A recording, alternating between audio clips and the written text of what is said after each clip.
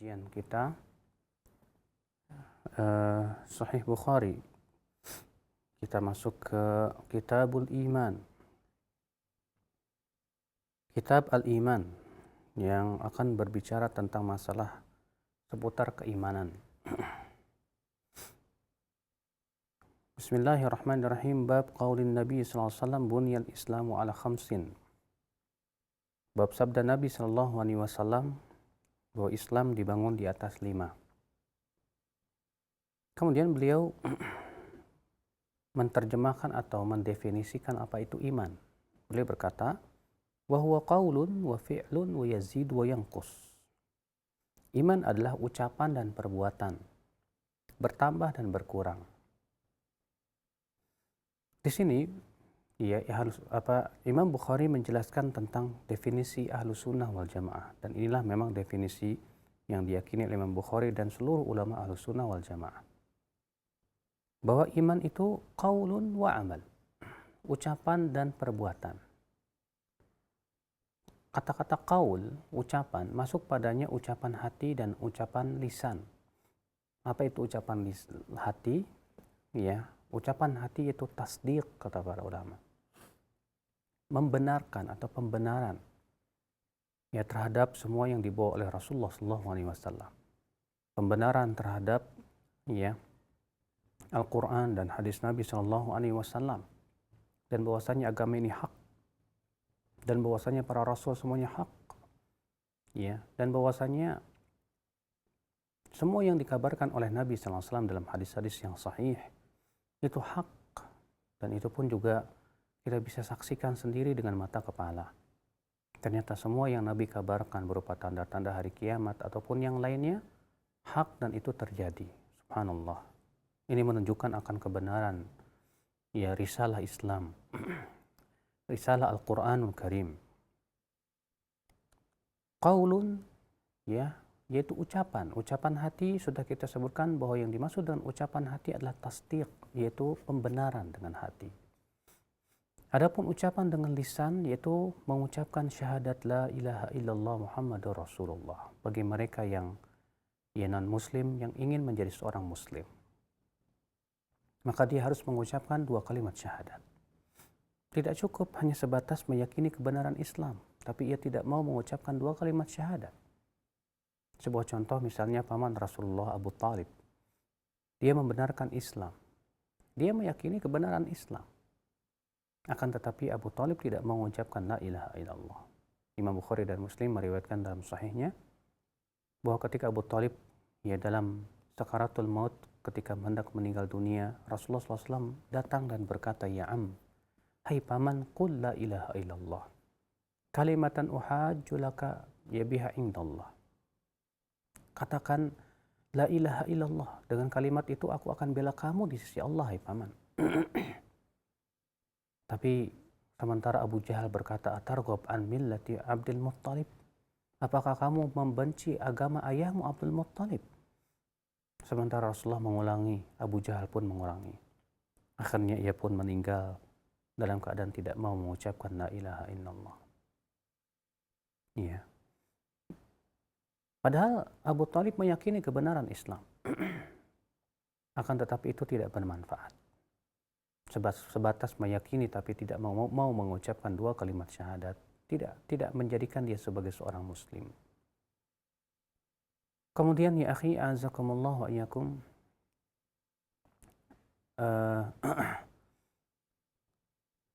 qaulun wa fi'lun. Yang kedua adalah fi'lun, yaitu perbuatan. Dan perbuatan itu pun juga ada 2 macam. Yang pertama yaitu perbuatan hati. Yang kedua yaitu perbuatan anggota badan. Apa itu perbuatan hati? Banyak, niat, perbuatan hati. Demikian pula keikhlasan, perbuatan hati. Tawakal, perbuatan hati. Demikian pula cinta, benci, perbuatan hati. Berharap, takut, itu pun juga perbuatan hati. Khusyuk juga perbuatan hati. Dan subhanallah ya akhi, perbuatan hati itu lebih agung daripada perbuatan anggota badan. Mengapa demikian ya akhwat Islam?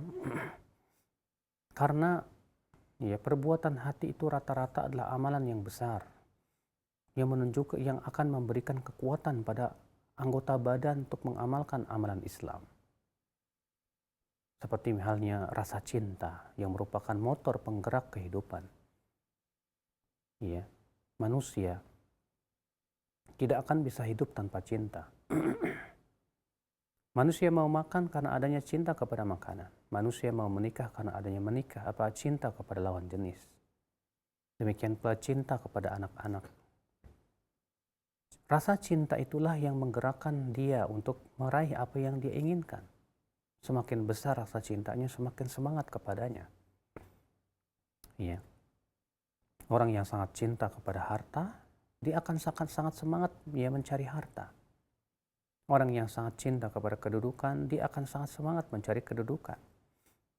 Maka demikian pula ketika cinta kepada kehidupan akhirat itu menghunjam di dada, dia pun akan semangat untuk mencari kehidupan akhirat. Benci, cinta adalah merupakan amalan yang agung di sisi Allah. Yang hendaknya itu diikat dengan keridhaan Allah Subhanahu wa taala. Makanya kata Rasulullah SAW, ya awthaqu ural iman al-hubbu fillah wal bughdhu fillah. Sekuat-kuat tali iman itu cinta karena Allah dan benci karena Allah. Demikian pula berharap menggantungkan pengharapannya hanya kepada Allah, tidak kepada makhluk. Ia tidak pernah menggantungkan pengharapannya kepada bosnya, kepada orang kaya ataupun siapapun dari manusia. Ya, karena ia yakin bahwa yang memberikan rezeki hanyalah Allah. Yang memberikan pertolongan hanyalah Allah. Maka ia gantungkan semuanya kepada Allah. Rasa takut kepada Allah yang luar biasa. Yang itu memberikan kekuatan untuk meninggalkan perbuatan-perbuatan maksiat. Rasa berharap yang luar biasa. Itu menyebabkan ia dan cinta menjadi ia semakin sangat semangat kepada kebaikan-kebaikan. Tidak mungkin seorang hamba bisa menjalankan perintah Allah dan menjauhi larangan kecuali dengan rasa takut yang kuat dan rasa berharap serta rasa cinta. Maka itu merupakan akhwat Islam azakumullah modal di dalam ibadah kepada Allah Subhanahu wa taala. Itu amalan hati. Di mana amalan hati semuanya hanya kepada Allah, tawakalnya hanya kepada Allah, khusyuknya, khasyahnya, rasa takut dia kepada Allah. Kemudian perbuatan anggota badan seperti sholat, sujud, ruku, dan semua perbuatan anggota badan yang merupakan ikhwata Islam bagian daripada keimanan. Maka iman tanpa amal tidak mungkin. Amal tanpa iman pun tidak akan pernah diterima. Maka dari itu ya akhwat Islam azakumullah, ya iman dan amal itu selalu di Allah Subhanahu wa taala rendengkan dalam Al-Qur'an. Ya, contohnya Allah mengatakan wal asri innal insana lafi khusrin illal ladzina amanu wa amilus shalihat. Kecuali orang yang beriman dan beramal saleh. Allah juga berfirman innal ladzina amanu wa amilus shalihat. Sesungguhnya orang-orang yang beriman dan beramal saleh lahum jannatun tajri min tahtihal anhar. Bagi mereka surga yang mengalir di bawahnya sungai-sungai. Ya. Maka akhwat Islam, walaupun memang amal itu bertingkat-tingkat. Ada amal yang merupakan pokok iman. Ada amal yang merupakan wajibul iman, kewajiban iman. Yang apabila kita tinggalkan menyebabkan hilang kesempurnaan iman, namun tidak hilang sama sekali. Ada juga amal yang merupakan mustahabul iman, iman yang sifatnya mustahab, yang sunnah, yang apabila ditinggalkan tidak mempengaruhi kesempurnaan iman sama sekali.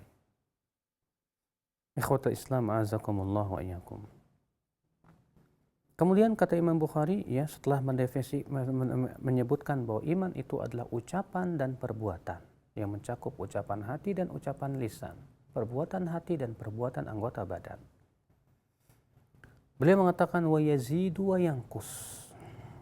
Dan iman itu bertambah dan berkurang. Dan ini keyakinan Ahlussunnah wal Jamaah. bahwa iman itu ya pasti bertambah dan suatu ketika berkurang. Bertambah dengan apa?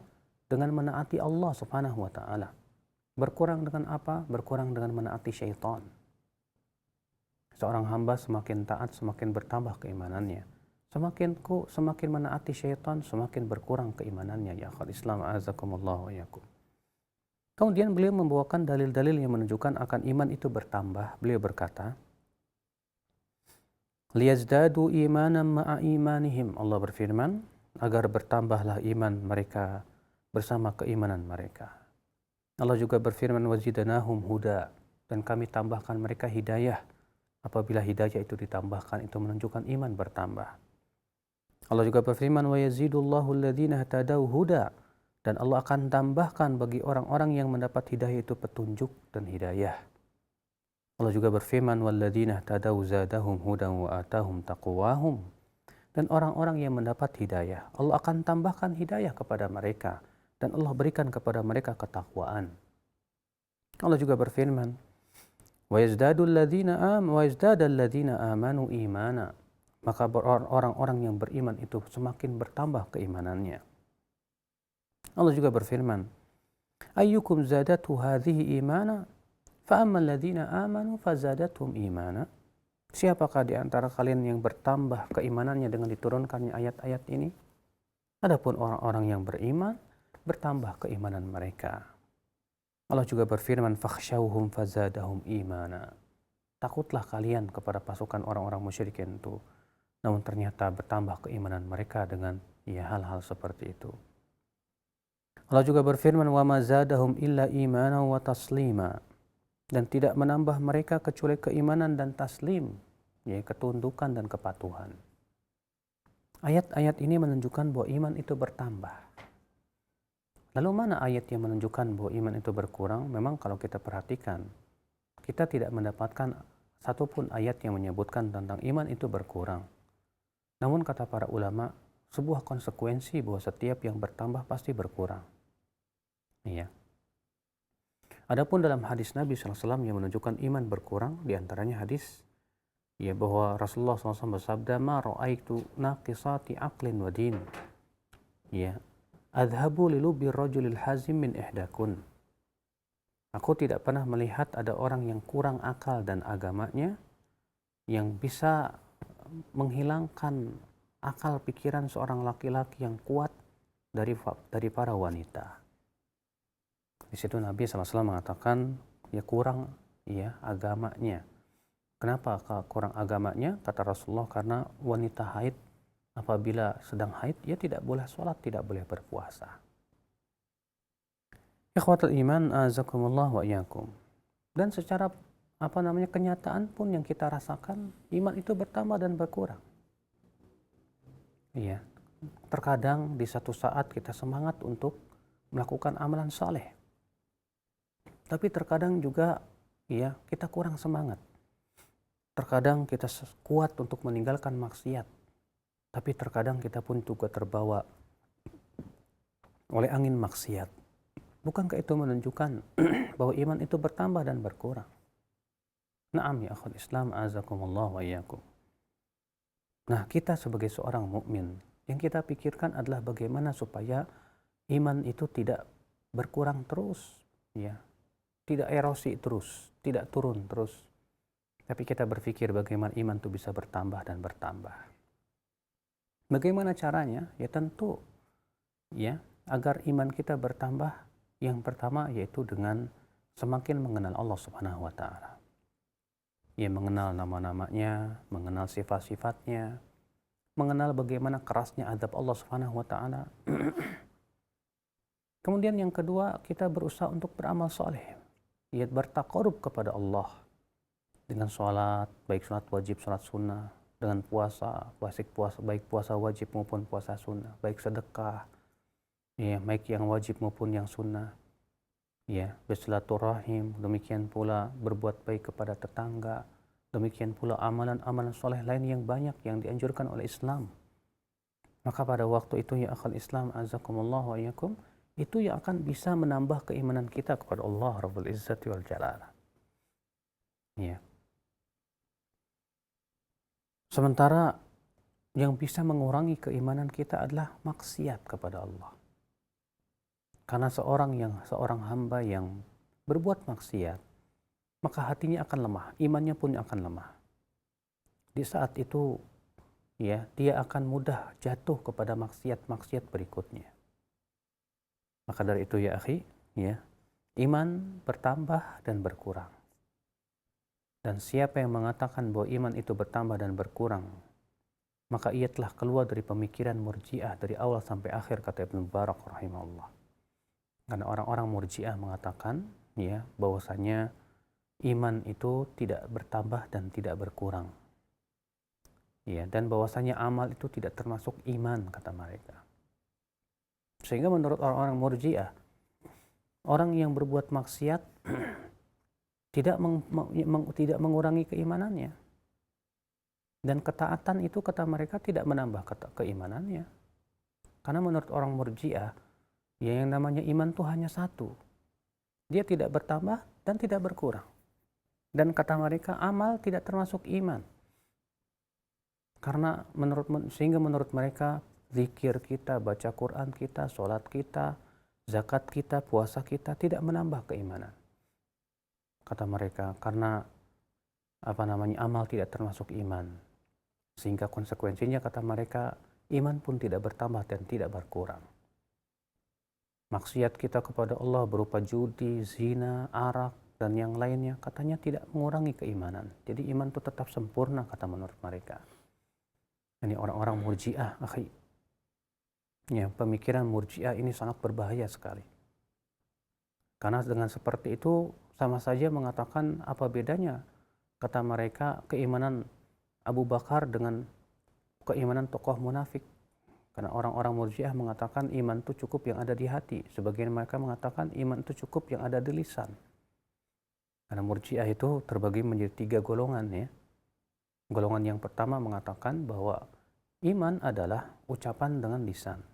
Kalau ada orang yang mengucapkan dengan lisan, ya, mengucapkan 2 kalimat syahadat, maka imannya sempurna. Sehingga konsekuensinya tokoh munafik yang menyembunyikan kekufuran pun sekalipun dia seorang mukmin yang sempurna menurut mereka.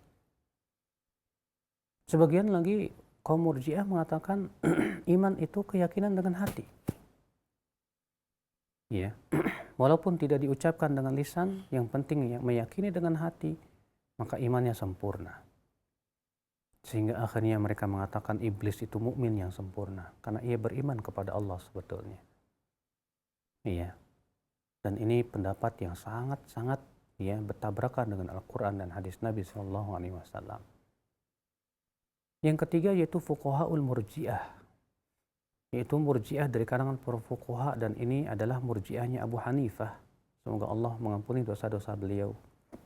Imam Abu Hanifah punya keyakinan bahwa amal tidak termasuk iman.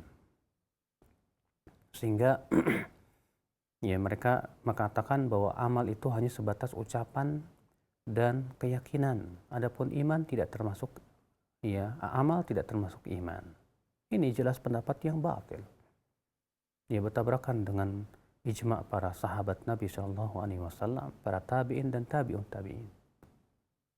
Maka ya akhal Islam azakumullah, ya, ini yang harus diyakini, bahwasanya Ahlussunnah meyakini iman itu adalah, ya, ucapan dengan hati, keyakinan dengan hati, ucapan dengan lisan, dan amalan dengan anggota badan. Sebaliknya orang-orang Khawarij mengatakan, ya, bahwa amal apabila hilang sebagian, hilang seluruhnya. Sehingga menurut mereka, orang-orang yang berbuat dosa besar seperti dusta, ya, zina, kafir, murtad dari agama Islam.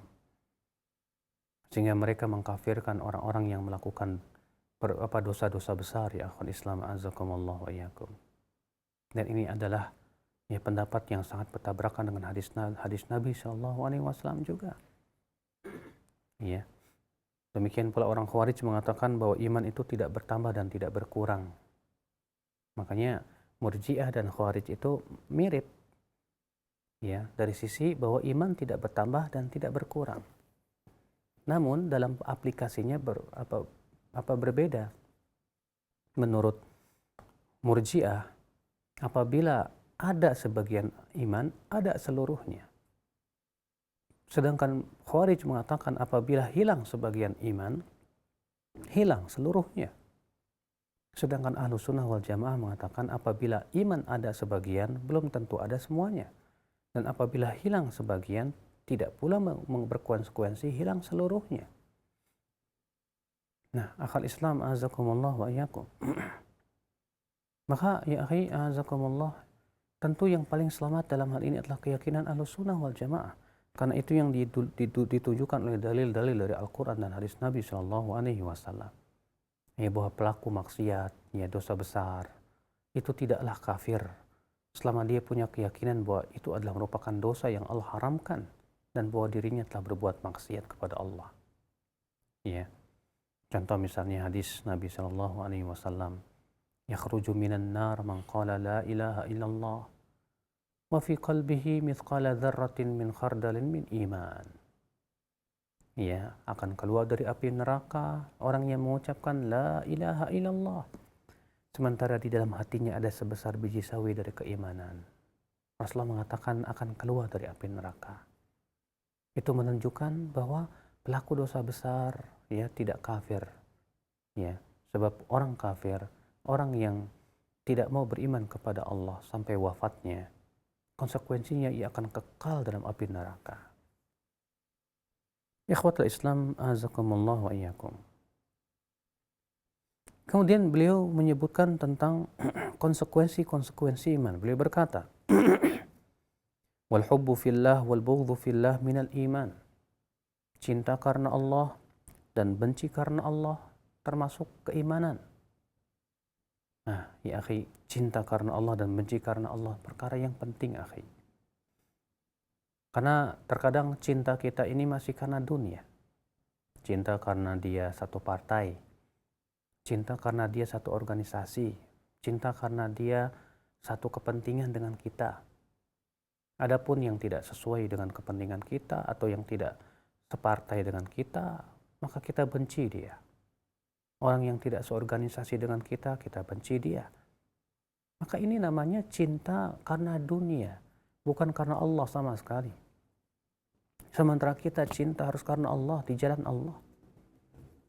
Benci kita juga karena Allah, ya, bukan karena kebencian karena si fulan itu menghardik dirinya, menghina dirinya. Tidak, kita cintai dia karena Allah dan ketaatannya. Bukan karena kita benci dia karena dia tidak mau mengasih ya kepada dirinya, tidak. Apalagi benci karena kedengkian yang sifatnya duniawiyah. Maka itu menunjukkan betapa benci seperti ini sangat tercela ya akal Islam azakumullah. Maka cinta dan benci kita karena Allah. Kata Rasulullah, awthaqu ural iman al-hubbu fillah wal bughdhu fillah. Sekuat-kuatnya tali iman itu adalah cinta karena Allah dan benci karena Allah. Apa yang dimaksud dengan cinta karena Allah, akhi? Kita mencintai seseorang karena ketaatan dia, ketakwaan dia, dan kita benci kepada seseorang karena ya kekufuran dia kepada Allah, karena penentangan dia kepada Allah dan Rasulnya. Makanya orang-orang yang beriman pun juga kita mencintai mereka itu bertingkat-tingkat. Ada orang yang Masya Allah keimanannya luar biasa. Dia menjauhi semua larangan Allah. Dia pun menjalankan perintah-perintah Allah. Maka kita mencintainya pun juga sempurna. Ada lagi orang beriman yang masih suka berbuat maksiat. Tapi dia juga beriman kepada Allah. Maka kita cintai dia dari satu sisi, kita benci dia dari satu sisi. Kita benci karena maksiatnya dia, tapi kita cinta karena keimanan dia kepada Allah dan hari akhirat.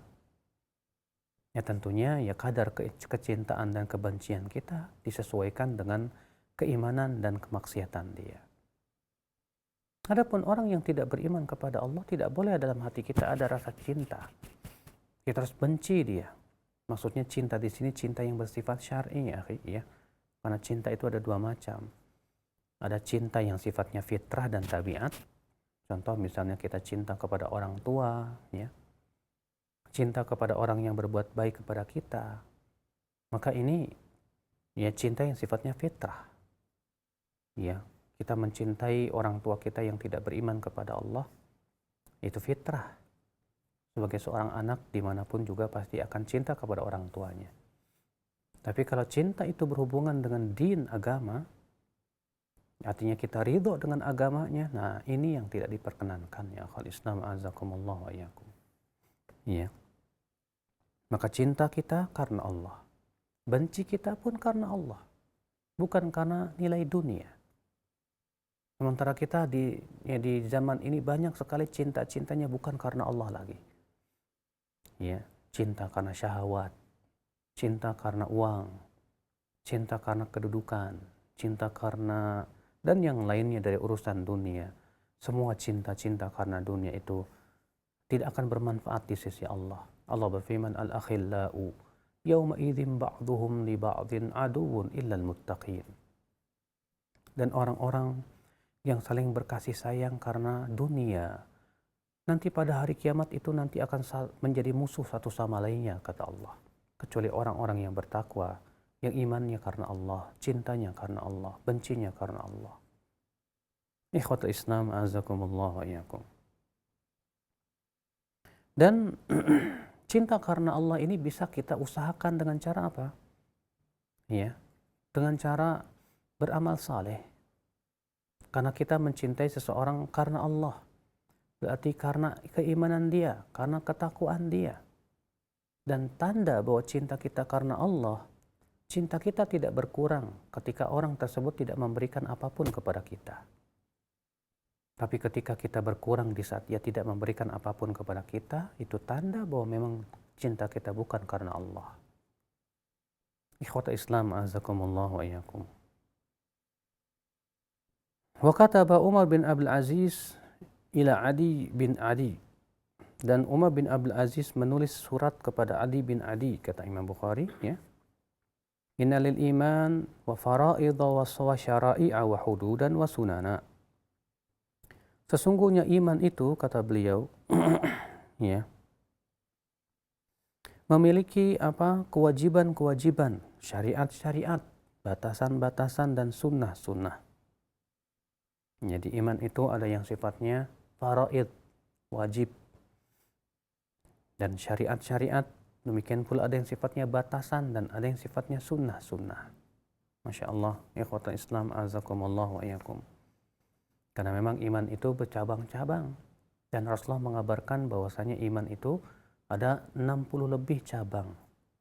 Yang paling tinggi adalah ucapan la ilaha illallah, kata Rasulullah, dan yang paling rendah adalah menyingkirkan gangguan dari jalan. Ikhwatul Islam. Kata beliau, innalil iman, sesungguhnya iman itu mempunyai faraid, kewajiban-kewajiban. Ya. Wa syara'i', syara'i yang dimaksud di sini aqaid diniyah, keyakinan-keyakinan yang merupakan akidah. Wa hududan, dan batasan-batasan artinya manhiyat mamnu'ah, artinya keharaman-keharaman. Wa sunana, artinya mandubat, perkara yang sunnah-sunnah. Ya. Subhanallah.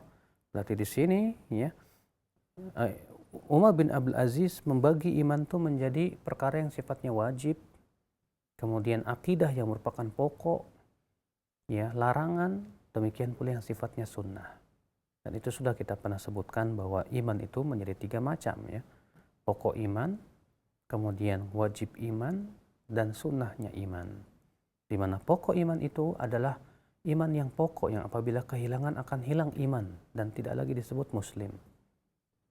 Adapun wajib iman itu artinya yang menyempurnakan keimanan. Apabila kehilangan itu akan menyebabkan hilang kesempurnaan iman, tapi tidak hilang sama sekali. Itu perkara yang diwajibkan oleh Allah Subhanahu wa taala. Demikian pula yang melakukan yang diharamkan oleh Allah Subhanahu wa taala. Ada lagi iman yang sifatnya mustahab, yang sunnah, yang apabila kita tinggalkan tidak mempengaruhi kesempurnaan iman, namun kita kehilangan keutamaan iman. Ya. Kemudian kata beliau, kata Umar bin Abdul Aziz, seorang khalifah yang sangat adil, ya akhi azakumullah wa iyyakum. Fa in aish, jika aku masih hidup, Kata beliau, "Faman istakmalal iman."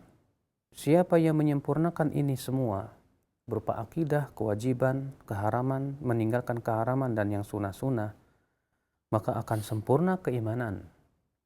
Waman lam yastakmilha lam yastakmilil iman, dan siapa yang tidak menyempurnakan itu semua, maka imannya tidak sempurna. Nah, inilah ucapan Umar bin Abdul Aziz yang ingin dijadikan dalil oleh Imam Bukhari bahwa iman itu bertambah dan berkurang, ya akhwal Islam azakumullah wa iyyakum. Iya.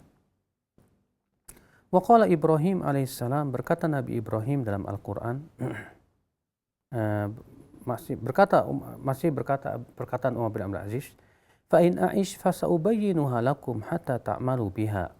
Jika aku masih hidup, aku akan jelaskan kepada kalian sampai kalian mengamalkannya. Wa in amut fama ana ala suhbatikum biharis. Tapi jika aku meninggal dunia, maka aku tidak haris, tidak tamak untuk bersahabat dengan kalian di dunia ini. Ya, artinya bahwasanya ikhwatul Islam azakumullah wa iyyakum, ya, kita sebagai seorang hamba manusia lebih mengharapkan apa yang di sisi Allah daripada apa yang ada di sisi manusia. Kemudian beliau membawakan perkataan Nabi Ibrahim alaihissalatu wassalam. Dalam Al-Quran Allah berfirman, "Walakin liyatma'inna qalbi." Akan tetapi agar bertambah tenang imanku. Ya, kata Sa'id bin Jubair artinya ayyazdadu yaqini. Artinya bertambah keyakinanku. Ini menunjukkan bahwa iman itu bertambah.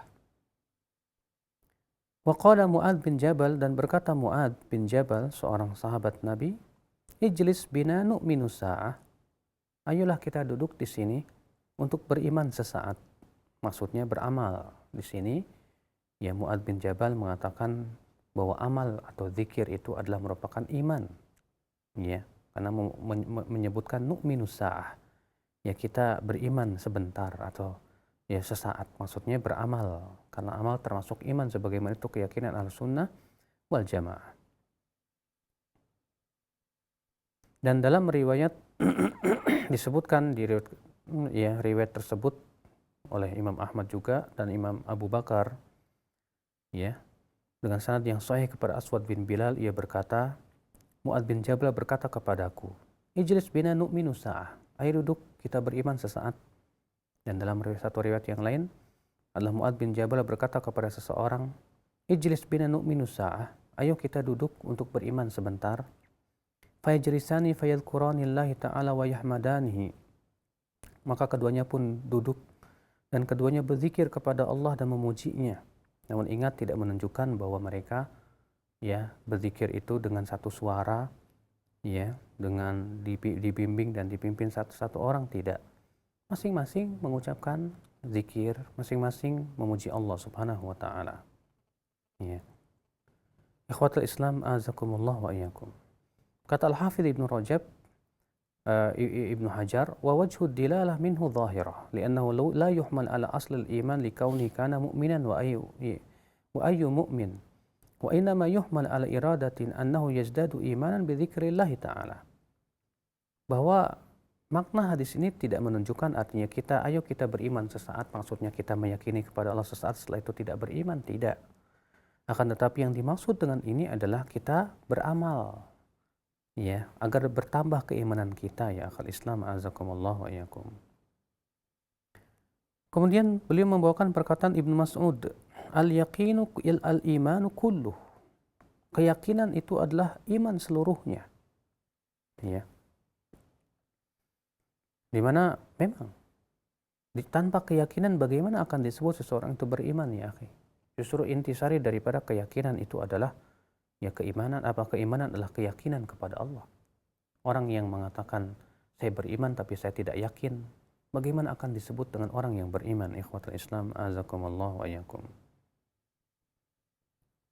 Wa qala Ibnu Umar, dan berkata Ibnu Umar, yaitu seorang sahabat Nabi, la yablughul abdu haqiqatat taqwa hatta yada'a ma haqa fis sadr. Seorang hamba tidak akan sampai kepada hakikat takwa sampai ia meninggalkan sesuatu yang meragukan di hatinya. Ya, semua yang meragukan di hatinya ditinggalkan. Sebagaimana sabda Nabi SAW, "Da'ma yaribuka ila ma la yaribuk." Tinggalkan yang meragukan kamu kepada sesuatu yang tidak meragukan. Karena sesuatu yang meragukan itu, akhi, ya tidak memberikan ilmu sama sekali ya. Yang namanya ragu itu kan 50-50 antara iya dan tidak. Sedangkan sesuatu yang masih meragukan seperti ini, iya atau tidaknya, tidak pasti namanya. Maka semua yang tidak pasti tinggalkan saja. Ya. Maka kata Ibnu Umar, seseorang hamba tidak akan sampai kepada hakikat takwa sampai ia tinggalkan yang meragukan di hatinya. Dan obat ragu itu adalah dengan ilmu, mencari ilmu sehingga ia pun betul-betul yakin. Berkata Imam Mujahid menafsirkan firman Allah, syara'a lakum ay awsaynaka ya Muhammad wa iyyahu dinan wahida.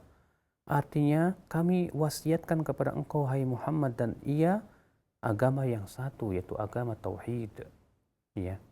Mentauhidkan Allah Rabbul Izzati wal Jalalah. Berkata Ibnu Abbas ketika menafsirkan makna syir'atan wa minhaja, artinya sabilan wa sunnatan, jalan dan sunnah. Ya. Ini semua ya akhi azakumullah dibawakan oleh Imam Bukhari untuk ya berdalil bahwasannya iman itu ucapan dan perbuatan. Ya. Yang kedua, bahwasannya iman itu bertambah dan berkurang. Dan ini merupakan keyakinan seluruh ahlus sunnah wal jamaah. Ya, bahwasanya iman itu bertambah dan berkurang, bahwasanya iman itu perkataan dan perbuatan. Berkata Imam Asy-Syafi'i rahimahullah, ya, sebagaimana disebutkan dalam kitab Manaqib Imam Syafi'i yang ditulis oleh Imam Al-Hakim, haddatsana Abdul Abbas Al-Asam qala akhbarana Ar-Rabi' qala sami'tu Syafi'i yaqul al-imanu qaulun wa amal wa yazidu wa yanqus. Iman itu ucapan dan perbuatan, bertambah dan berkurang. Ya. Abu Nuaim juga meriwayatkan dalam terjemah biografi Imam Syafi'i dalam Al-Hilyah dari jalan yang lain dari Ar-Rabi', di mana Imam Syafi'i mengatakan yazidu bil ta'ah wa yanqusu bil ma'siyah. Ia bertambah dengan ketaatan dan berkurang dengan maksiat kepada Allah Subhanahu wa taala. Ikhwatul Islam. Demikian pula Imam Bukhari rahimahullah berkata, laqitu akthar min 1000 rajulin minal ulama bil amsar fama ra'aitu ahadan minhum yakhtalifu fi anna al iman qaulun wa amal wa yazid wa yanqus. Aku bertemu dengan lebih ya dari 1000 ulama di negeri-negeri yang banyak.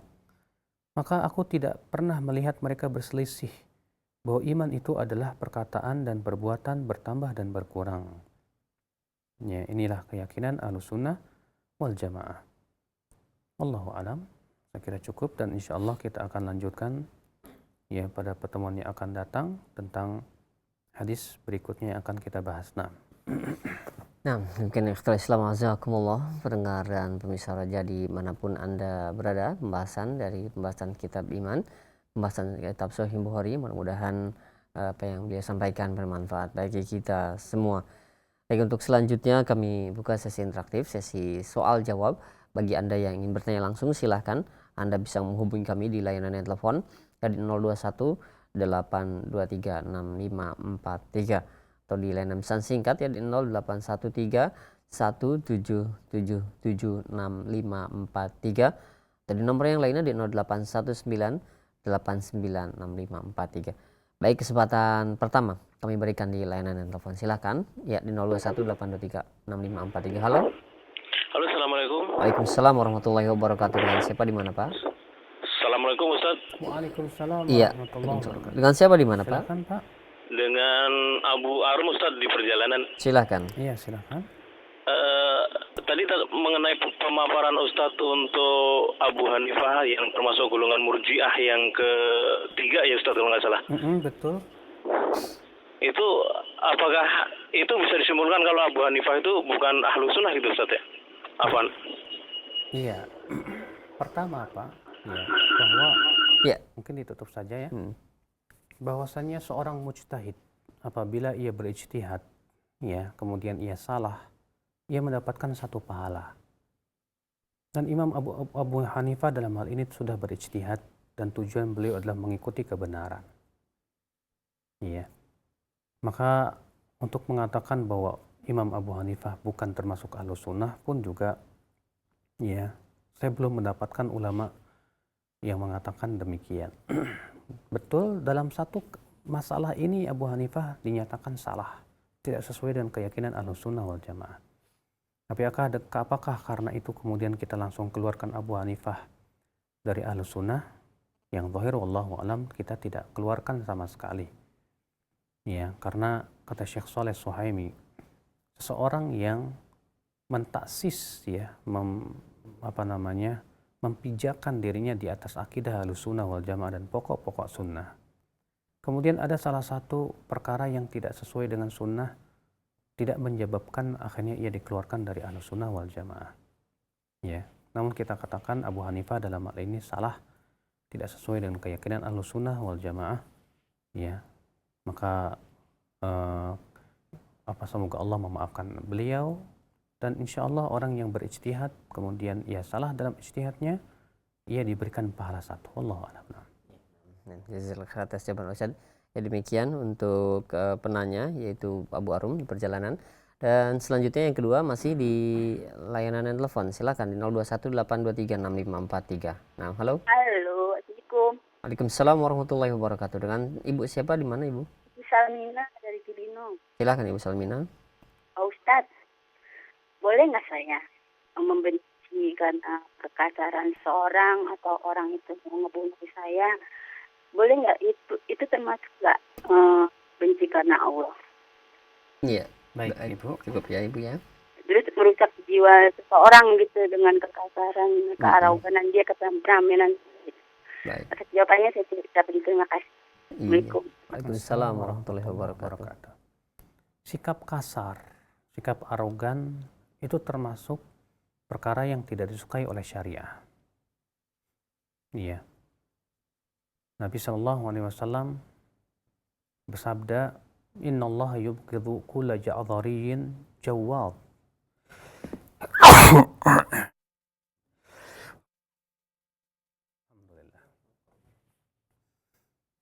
Innallaha yubghidhu kulla ja'dhariyyin jawadin sakhabin bil aswaq, jifatin bil lail, himarin bin nahar, alimin bi amri dunya, jahilin bi amri akhirah. Rawahu Ibnu Hibban. Sesungguhnya Allah benci kepada siapa? Orang yang sombong. Jawad, kasar. Sakhab, suka berteriak-teriak seperti orang yang berada di pasar. Iya. Allah tidak suka, Allah benci. Maka kita pun boleh membenci sesuatu yang Allah benci. Namun kebencian kita kepada Dia tidak boleh sama kebencian kita dengan orang yang tidak beriman kepada Allah. Dia masih ada keimanan, dia masih sholat, dia masih puasa, dia masih zakat, masih haji. Tapi ada satu perangai yang kita tidak suka. Maka kita benci hanya sebatas itunya saja. Ya, adapun yang lainnya masih kita cintai ke dia karena Allah Subhanahu wa taala, karena keimanannya. Makanya kita pun juga terkadang sebuah kesalahan yang fatal dilakukan oleh banyak kaum muslimin, terkadang ketika kita tidak suka satu perangai, maka kita benci sama sekali dia, sehingga akhirnya hilang semua kebaikan-kebaikan di mata kita. Ini tidak benar. Makanya Rasulullah SAW mengatakan wanita itu banyak menjadi penduduk neraka. Kenapa? Karena seperti itu. Hanya karena satu kesalahan yang dilakukan oleh suami, akhirnya ia lupakan semua kebaikan-kebaikan suami tersebut. Demikian pula bila ada orang yang membenci seseorang hanya karena satu perangai dia, akhirnya kita lupakan kebaikan-kebaikan dia, keimanan dia kepada Allah, ketakwaan dan yang lainnya. Maka yang seperti ini bisa menyebabkan kita masuk ke dalam api neraka, ya akhwal Islam, azakumullah wa iyyakum. Maka tetap kita benci hanya dari satu sisi itu saja. Tapi dari sisi yang lainnya kita cintai karena keimanan dan ketakwaan dia kepada Allah Rabbul Izzati wal Jalal. Ya, terkadang sikap kita ketika melihat orang kasar seperti itu, bencinya minta ampun. Sampai-sampai kita tidak mau untuk berbicara lagi dengan dia, tidak mau lagi pokoknya seperti kita membenci orang yang tidak beriman kepada Allah. Tentu ini tidak diperbolehkan seperti itu. Allahu a'lam. Nah. Ya, baik, terima kasih banyak jazakallahu khair, dan demikian untuk Ibu Salvina yang berada di Cibinong. Selanjutnya masih yang ketiga kami terima, silakan di 0218236543. Halo. Halo, assalamualaikum. Waalaikumsalam warahmatullahi wabarakatuh. Dikecilkan terlebih dahulu Ibu volume TV atau radionya. Ustaz, Iya, dengan siapa di mana? dari Vilana di situ Bondo. Iya, silakan. Barakallahu Dikecilkan fikum. Ibu volume TV atau radionya, mohon maaf. Ya, sudah. Halo. Iya, silakan.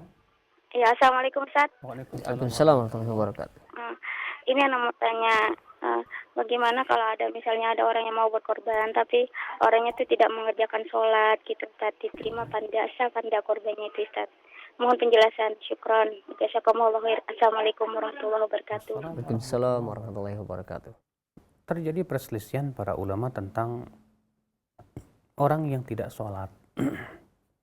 Setelah semua bersepakat bahwa orang yang tidak sholat karena mengingkari kewajiban sholat, maka ia bukan orang Islam. Tapi masalahnya dengan orang yang meninggalkan sholat karena malas. Jumhur mengatakan dia belum kafir, tapi ia pelaku dosa besar. Sebagian ulama seperti Imam Ahmad mengatakan dia kafir murtad dari agama Islam. Sebagian lagi mengatakan apabila ia tidak mau sholat sama sekali, itu yang dikafirkan. Adapun kalau terkadang sholat, terkadang ia meninggalkan, maka ini belum dikafirkan. Yang jelas, sholat itu amalan yang sangat agung. Kata Rasulullah SAW, awwalu ma yuhasabu bihil abdu as-sholah. Yang pertama kali dihisab oleh Allah adalah sholat. Apabila sholatnya baik, semua amalnya baik. Apabila sholatnya buruk, amal yang lain jadi ikut buruk. Maka kalau ada orang berkorban, tapi ia tidak sholat, apakah diterima? Ini yang dikhawatirkan. Sehingga amalan solehnya menjadi buruk karena ia tidak mau memperhatikan sholat. Bahkan disebutkan dalam hadis Nabi SAW, "Man lam yuhafidh 'alaiha", siapa yang tidak mau menjaga sholatnya, maka pada hari kiamat dia akan berkumpul bersama Fir'aun, Qarun, dan Haman. Masya Allah. Maka dari itulah sebuah perkara yang memang membuat kita risih. Kenapa? Ada orang untuk kurban rajin, berakhlak baik, bagus, tapi untuk sholat sujud kepada Allah nggak mau. Kita katakan subhanallah ya akhi, Anda berakhlak baik kepada orang, berbuat baik kepada orang lain, sementara kepada penciptamu kamu sombong kepada Allah. Sombong kamu untuk meletakkan dahi untuk menghinakan diri Anda kepada pencipta sendiri yang menciptakan langit dan bumi, yang memberikan rezeki kepada kita.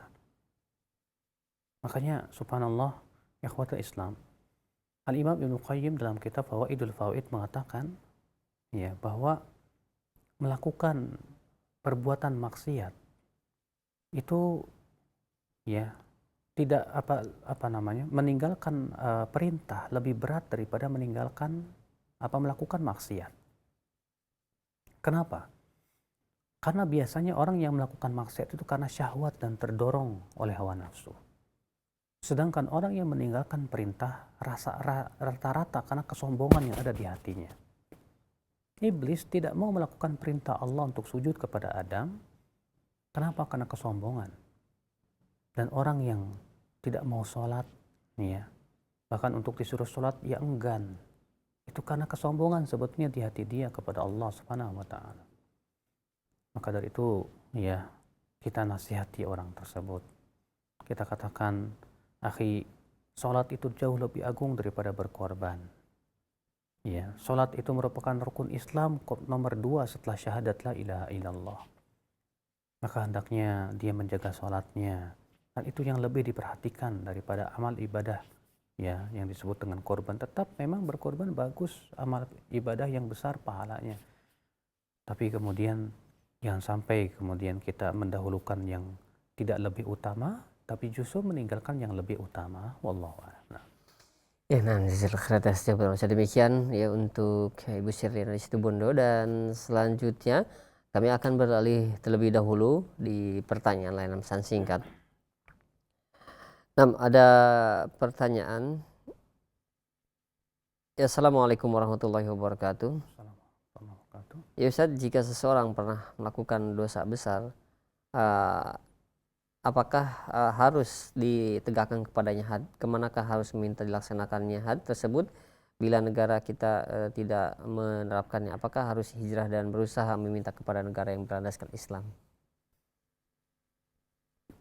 Apabila di suatu negeri tidak ditegakkan hukum had, maka yang berdosa adalah pemerintah negeri itu.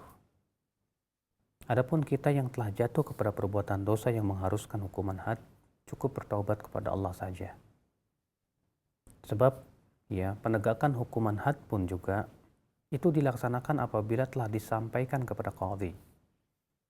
Selama belum disampaikan maka tidak tegakkan hukum had. Makanya ya, datang seorang wanita kepada Rasulullah SAW, lalu dia berkata, ya Rasulullah, wahai Rasulullah, asabtu haddan, aku telah terkena had, ya hukuman had. Maka Rasulullah berpaling. Lalu ia pun berkata lagi, hai Rasulullah, aku telah terkena had. Rasulullah pun berpaling lagi. Kenapa? Kata para ulama, Rasulullah berpaling sampai 3 kali. Orang ini mengatakan, aku terkena hukuman had. Karena Rasulullah ingin orang ini udah pergi aja taubat kepada Allah Subhanahu wa taala. Ya. Maka ini menunjukkan bahwa hukuman had itu kalau belum sampai kepada penguasa atau qadhi, maka tidak tegakkan hukuman had. Kewajiban antum taubat kepada Allah Subhanahu wa taala. Iya. Nah, sekarang di negeri kita tidak tegakkan hukum had. Maka ya sudah, gimana lagi? Mereka yang berdosa. Karena yang berkewajiban untuk menegakkan hukuman had berupa hukum pancung, hukum potong tangan, rajam, dan yang lainnya, itu adalah pemerintah. Kalau mereka tidak melaksanakannya, mereka yang akan ditanya oleh Allah pada hari kiamat.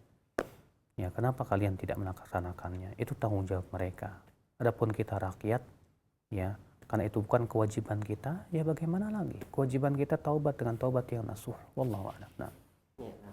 Atas jawaban oleh Ustaz demikian.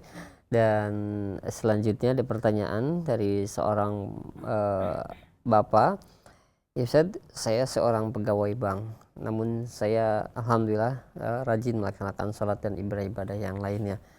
Tetapi saya menafkahi anak dan istri dari gaji sebagai pegawai bank. Nah, bagaimanakah pendapat Ustaz? Apakah saya harus keluar dari pekerjaan tersebut?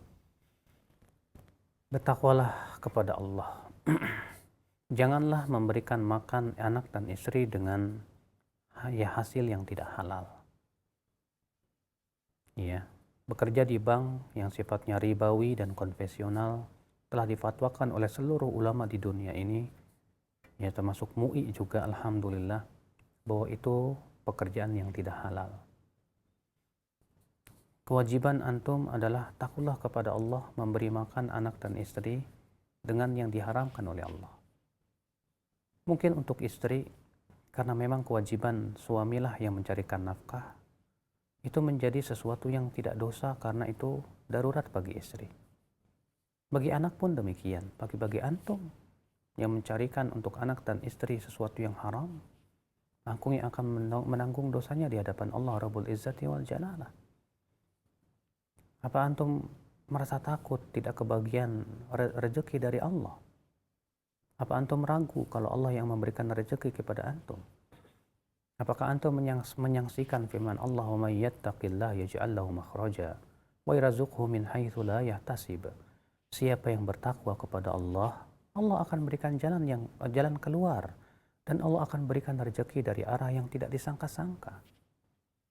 Apa antum tidak yakin dengan firman Allah, "Wa may yattaqillaha yaj'al lahu min amrihi yusra." Siapa yang bertakwa kepada Allah, Allah akan berikan kemudahan dalam urusannya. Jangan takut, jangan khawatir. Yakin kepada Allah.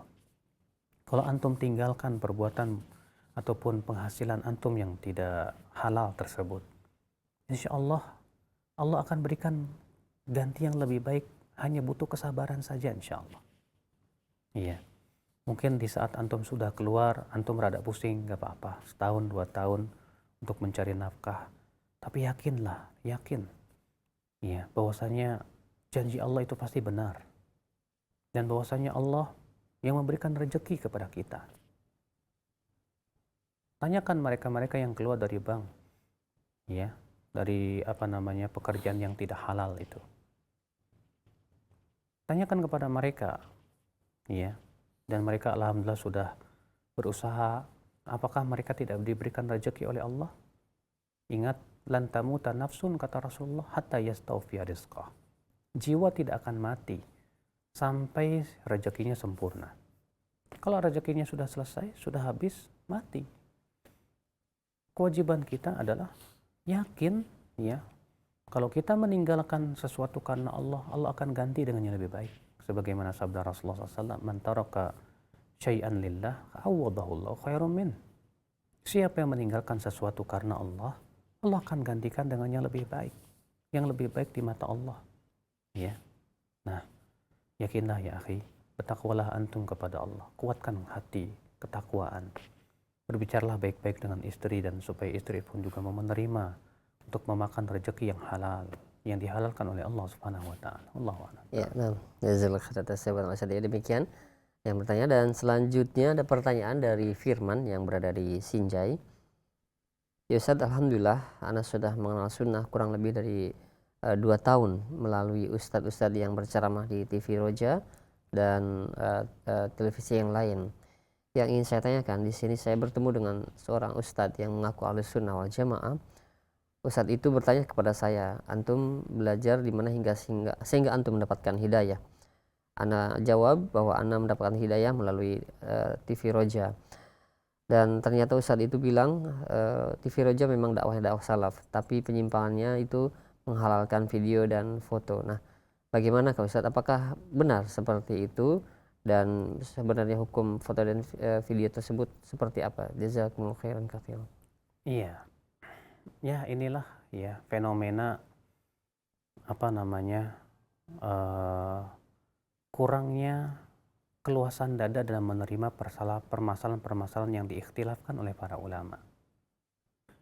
Karena hukum foto, apalagi hukum video, di zaman ini adalah permasalahan yang diperselisihkan oleh para ulama.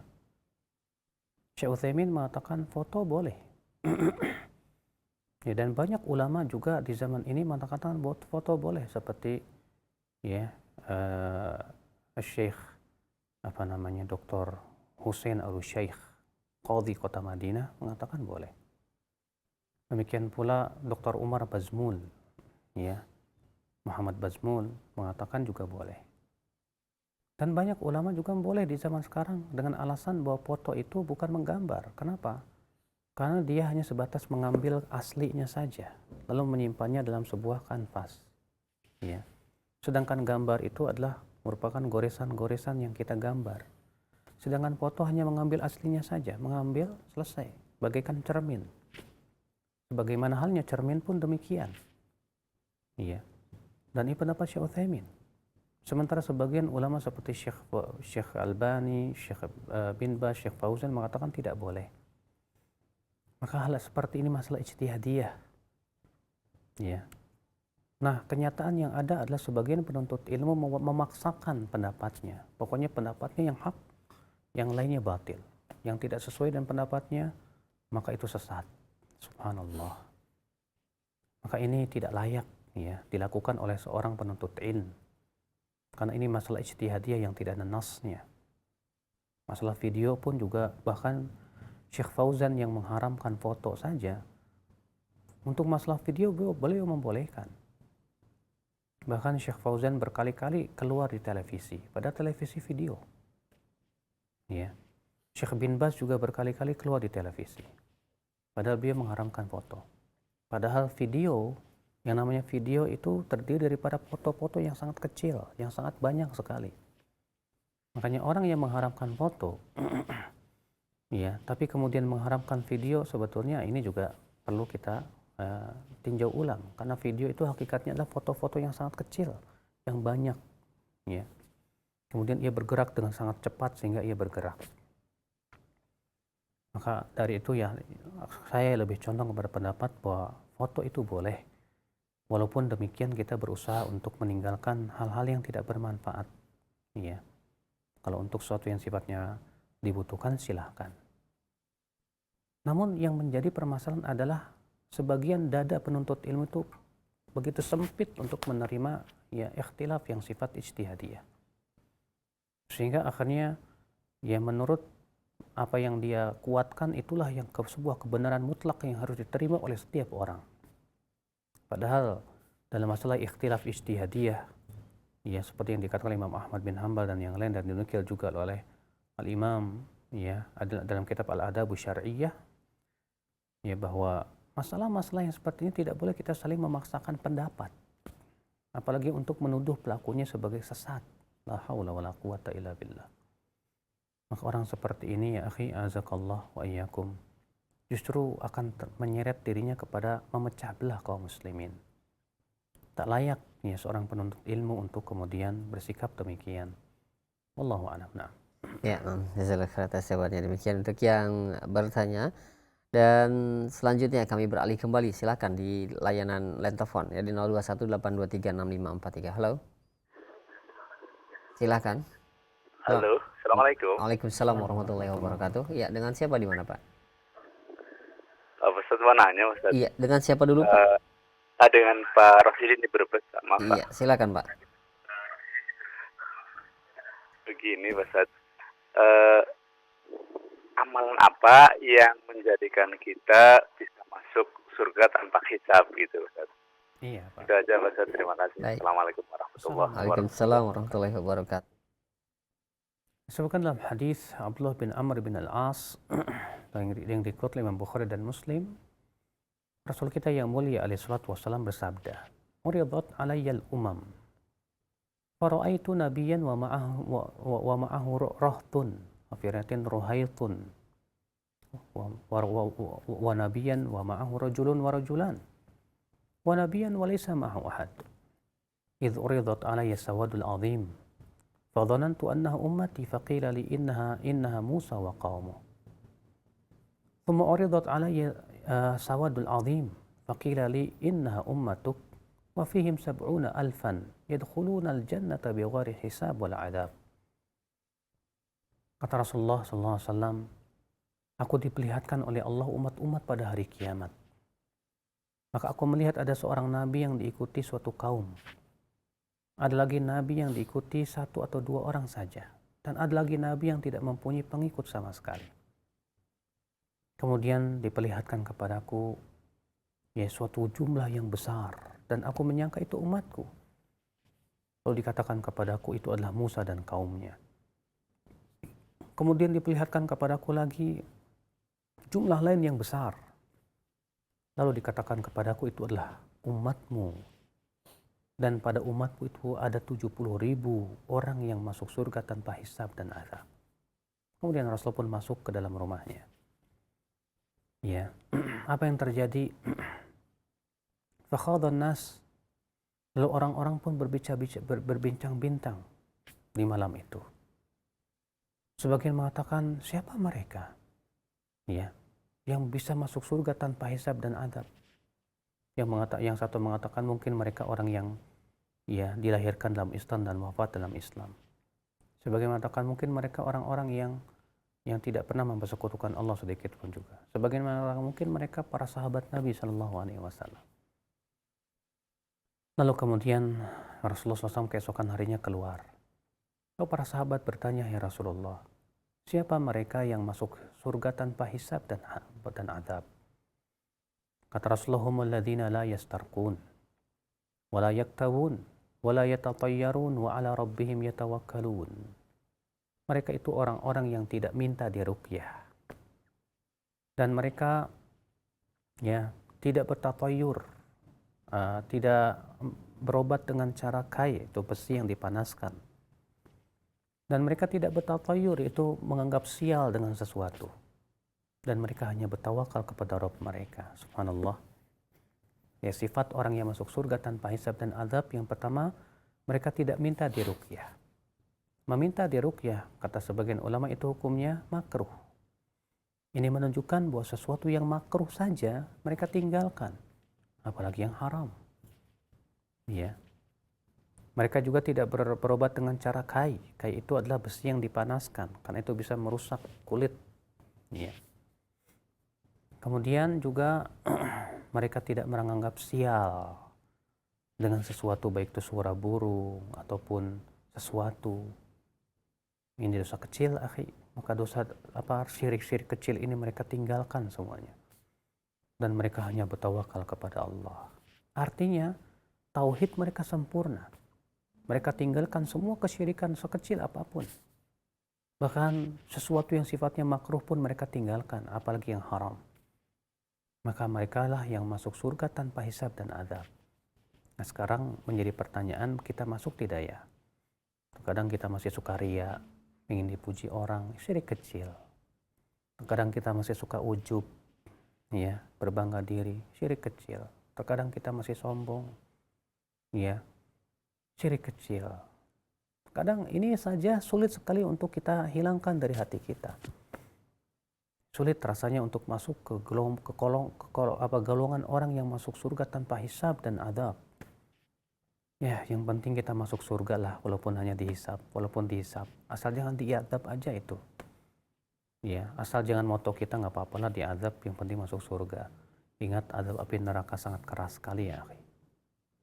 Ya. Maka kita mohon kepada Allah agar kita termasuk orang-orang yang bisa mentauhidkan Allah dengan sempurna, menjauhkan semua kesyirikan sekecil apapun, meninggalkan perkara yang haram dan yang makruh, sehingga kita bisa masuk surga tanpa hisab dan azab. Wallahu a'lam. Ya, setelah atas demikian, dan tentu kita berdoa mudah-mudahan kita masuk ke dalam bagian yang masuk surga tanpa hisab dan azab. Baik, untuk selanjutnya kami terima kembali, silahkan di 0218236543. Halo, silahkan. Ya, halo, assalamualaikum. Waalaikumsalam warahmatullahi wabarakatuh. Ya, dengan siapa Ibu, di mana? Dengan Ibu Fitria di Balaraja. Di Balaraja, silahkan Ibu Fitri. Assalamualaikum Ustaz. Waalaikumsalam warahmatullahi wabarakatuh. Ana mau nanya Ustaz, bagi yang muslimah yang bercadar, Ya. itu kalau sholatnya di luar dari rumah gitu, misalnya depan di masjid apa di tempat-tempat keramaian gitu, itu cadarnya apa perlu dibuka apa dipakai aja Ustaz? Iya, baik. Baik, Ibu. Ya itu aja, makasih ya Ustaz. Sama-sama Ibu. Assalamualaikum. Terima kasih banyak. Waalaikumsalam warahmatullahi Waalaikumsalam wabarakatuh. warahmatullahi wabarakatuh. Terjadi perselisihan para ulama. Apakah ketika sedang sholat wanita itu mutlak wajib buka cadarnya atau boleh menutup wajah di saat ada laki-laki yang lewat? Menjadi dua pendapat. Pendapat yang pertama, pendapat yang mengatakan cadar itu wajib. Iya, mereka mengatakan tetap hendaknya mereka memakai cadar di saat dikhawatirkan ada laki-laki yang akan melihat wajahnya, karena itu fitnah. Iya, sehingga menurut mereka bahwa alasannya adalah menghindarkan fitnah dan mudarat yang lebih besar. Sementara sebagian ulama mengatakan tidak boleh memakai cadar, tetap harus dibuka. Kenapa demikian? Karena Nabi SAW naha anit talathum fis shalah, melarang untuk menutup wajah dalam sholat. Larangan ini mutlak. Ya. Dan juga dikarenakan para sahabiat yang sholat bersama Nabi SAW di belakang laki-laki, dan di zaman Nabi tidak ada hijab. Tidak pernah disebutkan dalam satu riwayat pun mereka memakai cadar. Bahkan dalam hadis Aisyah, ya, bahwa para wanita ikut sholat subuh, ya, kemudian fayan sharifna wa hunna mutalafiat bimurutihinna la ya'rifuhunna minal khalas. Mereka pun telah selesai sholat, sementara mereka, ya, memakai selimut-selimut mereka, baju-baju mereka, tidak ada yang mengenal mereka karena gelap. Katakanlah tidak ada yang mengenal mereka karena gelap, itu menunjukkan karena wajah mereka terbuka. Kata Syekh Albani rahimahullah. Yang kedua juga berdasarkan hadis sebab turunnya ayat. Allah berfirman, "Walaqad alimnal mustaqdimina minkum walaqad alimnal mustaakhirin." Sungguh kami telah mengetahui siapa yang maju ke depan dan siapa yang mundur di belakang. Sebab turun ayat ini adalah seorang wanita di zaman Rasulullah, wanita yang sangat cantik rupawan. Dan dia selalu ikut sholat berjamaah. Dan sebagian sahabat yang lemah keimanannya, sebagian mengatakan munafik, ya, sengaja mencari saf di belakang. Untuk apa? Untuk bisa melirik-lirik wanita tersebut. Karena saking cantiknya. Sehingga ketika mereka ruku, mereka bisa melihat dari celah-celah. Maka Allah pun turunkan ayat itu, walaqad alimnal mustaqdimina minkum walaqad alimnal mustaakhirin. Dan kami mengetahui siapa di antara kalian yang maju ke depan untuk menghindari fitnah dan siapa yang mundur di belakang karena ingin melihatnya. Ya, tapi tetap Nabi SAW tidak menyuruh mereka untuk menutup wajah-wajah mereka. Nabi hanya mengatakan jangan bangkit dari sujud sampai para laki-laki sempurna duduknya. Ya, terlebih di zaman Nabi tidak ada hijab, ya, tidak ada hijab.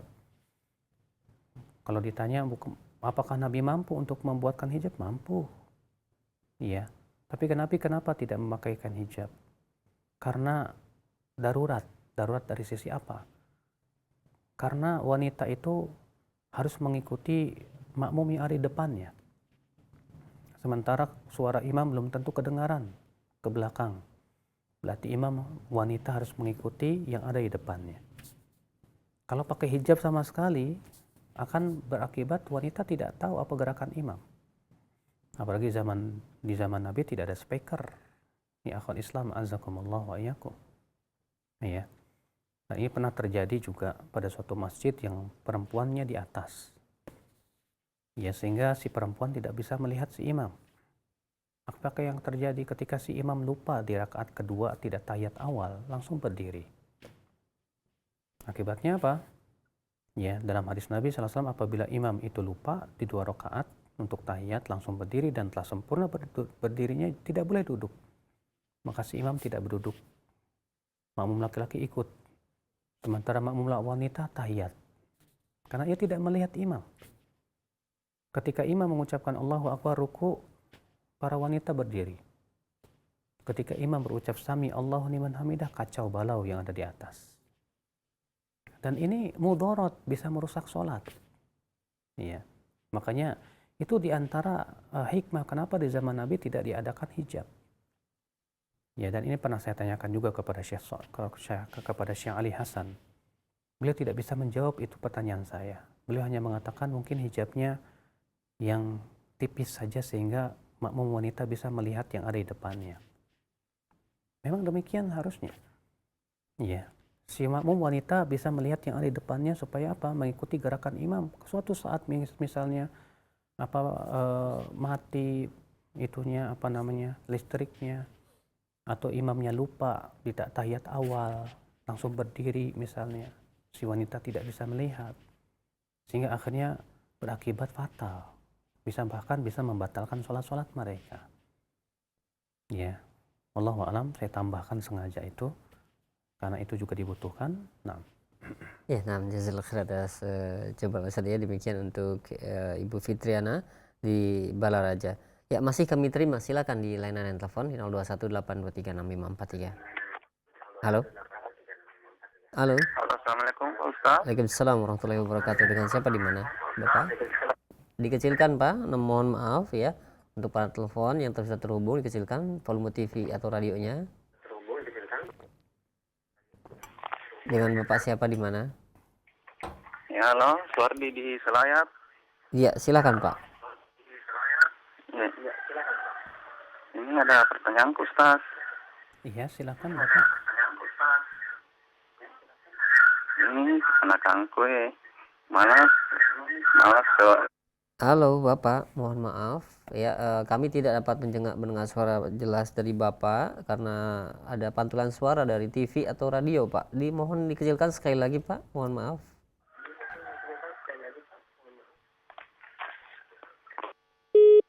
Iya, terputus ya, mohon maaf ya untuk para pendengar ataupun pemirsa. Kami himbau bagi Anda yang sudah terhubung di layanan telepon, mohon dikecilkan volume atau volume televisi atau radionya. Baik, untuk selanjutnya ya ada pertanyaan Ustadz di layanan pesan singkat, kami akan angkat. Ya Ustadz, saya seorang ibu beranak 3 berumur 44 tahun. Benarkah langkah saya meminta cerai kepada suami karena dia menikah lagi dengan wanita lain? Sedangkan selama ini ekonominya yang masih lemah, masih membutuhkan hal-hal yang bersifat ekonomis.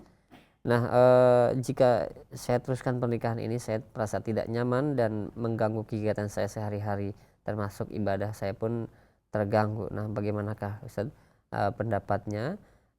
Mohon nasihat Ustaz, jazakallahu khair. Iya, memang di zaman ini karena di Indonesia termasuk yang tidak terbiasa adanya poligami, maka banyak wanita walaupun dia sudah bercadar, walaupun sudah lama mengaji, tetap tidak bersedia suaminya menjadi menikah lagi. Kalau keadaannya seperti itu, boleh nggak saya minta talak? Disebutkan dalam riwayat Abu Daud, Rasulullah SAW bersabda, "La tas'alul mar'atu talaqa ukhtiha litaqfa'a ma fi ina'iha." Tidak boleh seorang wanita meminta suaminya mentalak madunya karena memenuhi kebutuhan yang ada padanya.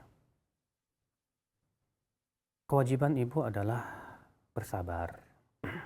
Dan kesabaran itu lebih baik buat ibu.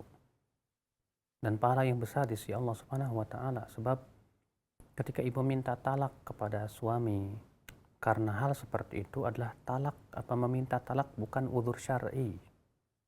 Itu bukan udzur syar'i, ibu.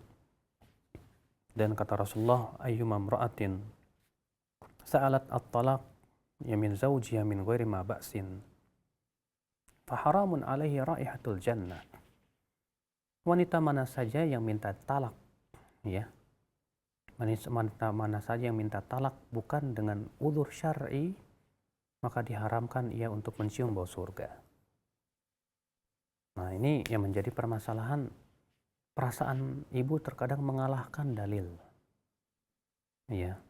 Perasaan ibu, rasa cemburu ibu mengalahkan rasa takut ibu kepada Allah Subhanahu wa taala. Inilah yang memang yang terjadi. Memang ini lumrah. Wanita manapun juga pasti akan cemburu di saat suaminya menikah lagi. Lalu segera mereka minta talak, minta cerai, dan yang lainnya. Ya. Maka sebetulnya bagi wanita yang beriman kepada Allah dan takut kepada adabnya, tak layak ia untuk minta cerai hanya gara-gara itu. Mungkin kalau ibu menjadi istri Nabi, ibu pasti tidak akan pernah betah.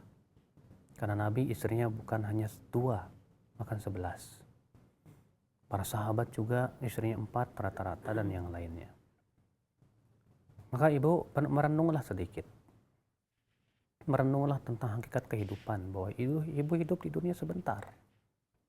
Ya, tidak akan lama. Lalu nasib ibu nanti di akhirat bagaimana ketika Allah bertanya kepada ibu, kenapa kamu minta talak bukan tanpa udzur syar'i? Hanya karena suamimu menikah lagi. Memang dalam ibadah jadi terganggu karena hati panas terus, kesal terus, dan yang lainnya. Tapi insya Allah, Bu, dengan berjalannya waktu, setahun 2 tahun, mudah-mudahan ibu semakin bisa memanage waktu, memanage hati insya Allah ta'ala. Iya. Maka dari itu saya juga menganjurkan kepada suami untuk berpikirlah juga matang-matang ketika hendak menikah lagi, supaya tidak terjadi menzalimi, ya, berbuat zalim kepada istri ketika suami condong sebelah kepada istri mudanya, lebih banyak pemberiannya daripada istri pertamanya. Tidak adil ia. Bertakwalah kepada Allah, takutlah, jangan hanya sebatas memikirkan kepada kenikmatan berjimaknya saja. Akan tetapi tujuannya adalah untuk menegakkan din dalam rumah tangga kita. Tujuan pernikahan itu. ya. Nah, ini memang dilematis memang di zaman sekarang, terutama di negeri kita, di negeri Indonesia, karena negeri ini memang tidak terbiasa yang namanya poligami, ya. Beda dengan yang di zaman dahulu. Di zaman dahulu bapak-bapak kita rata-rata istrinya 2, ya. Bapak-bapak kita banyak yang menikah 2, 3, itu menjadi sebuah kebiasaan. Tapi di zaman sekarang kan terpengaruh oleh budaya barat, ya, terpengaruh dengan sinetron, terpengaruh dengan ya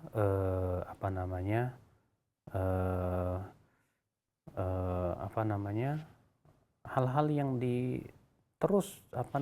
disampaikan oleh orang-orang barat agar terpengaruh kaum muslimat dan pemikiran-pemikiran mereka, akhirnya seperti inilah jadinya. Tentunya kewajiban ibu adalah pertama, kuatkan hati ibu, minta kepada Allah kekuatan. Yang kedua, ya, doakan supaya diberikan kepada suami ibu rezeki. Mudah-mudahan dengan menikah seperti lagi itu membuka pintu-pintu rezeki yang banyak insya Allah Ta'ala. Karena Allah Subhanahu Wa Ta'ala sudah berjanji dalam Al-Quran, ya, bahwa orang yang menikah iyakunu fuqara yughnihimullahu min fadlih. Apabila mereka fakir, Allah akan kayakan dengan karunia dan keutamaannya. Kemudian doakan, ya, supaya suami ibu bisa berbuat adil. Berikan kepada dia motivasi untuk mencari nafkah, ya, bahwasanya itu adalah tanggung jawab dia. Kemudian berusaha ibu minta kepada Allah sifat qanaah. Ya, qanaah itu artinya merasa puas dengan apa yang Allah berikan kepada ibu. Ingatlah dahulu di zaman Nabi SAW, istri-istri Nabi terkadang berhari-hari tidak ada makanan, ya, kecuali kurma dan air saja. Sebagaimana disebutkan dalam hadis Aisyah radhiyallahu anha, ya, beberapa bulan lamanya sebelum Nabi SAW meninggal dunia, keluarga Nabi tidak makan apa-apa kecuali kurma dan air. Bahkan suatu hari Nabi SAW bertanya kepada istri-istrinya, apakah di hari ini ada makanan? Kata mereka, tidak ada ya Rasulullah. Kata Rasulullah, kalau begitu di hari ini aku berpuasa. Ya, memang jauh sekali ya keimanan para sahabat dengan para wanita di zaman ini. Maka kewajiban kita minta kepada Allah terus, ya, kekuatan dan ketakwaan. Yang terpenting adalah keselamatan akidah kita, agama kita, dan yang terpenting juga keselamatan, ya, kita nanti di hari akhirat, agar kita bisa mendapatkan surga yang paling tinggi di sisi Allah, menjadi bidadari surga. Kalau ibu bercita-cita ingin menjadi bidadari surga, di surga pun ibu pasti akan dimadu. Karena di surga seorang laki-laki diberikan 2 bidadari, 3 bidadari, bahkan ada yang diberikan 100 bidadari. Ya, semoga ibu menjadi bidadari surga yang diberikan oleh Allah kesabaran, ketabahan, dan qanaah. Dan semoga, ya, Allah Subhanahu Wa Ta'ala memberikan kepada suami ibu juga kekuatan untuk adil dan diberikan keluasan rezekinya insyaallah, amin ya rabbal alamin. Semoga yang sedikit ini bermanfaat. Subhanakallah bihamdik, asyhadu an la ilaha illa ant, astaghfiruka wa atubu ilaik. Wassalamualaikum warahmatullahi wabarakatuh.